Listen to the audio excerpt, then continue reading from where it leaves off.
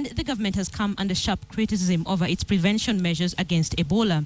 The Kenya Medical Association has termed the Ebola screening at the Jomo Kenyatta International Airport as casual, while the Parliamentary Caucus on Human Rights accused Kenya Airways of prioritizing profits rather than halting flights to West African countries.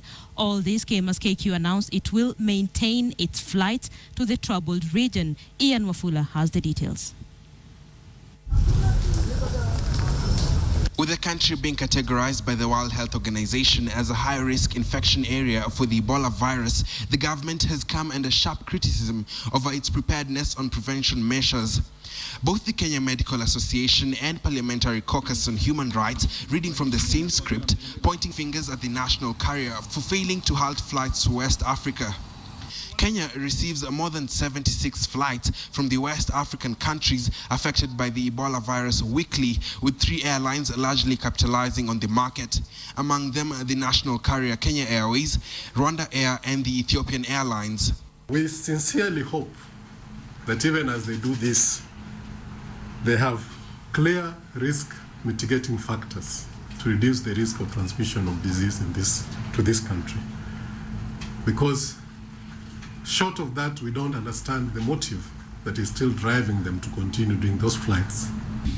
We are facing major international public health crisis for which Kenya businesses, government agencies, and private citizens must be fully prepared to, so that we can prevent loss of life. The Parliamentary Health Committee, on its part, stated that it will summon Health Cabinet Secretary James Macharia to elaborate further on the ministry's plan to ensure Ebola does not get into Kenya.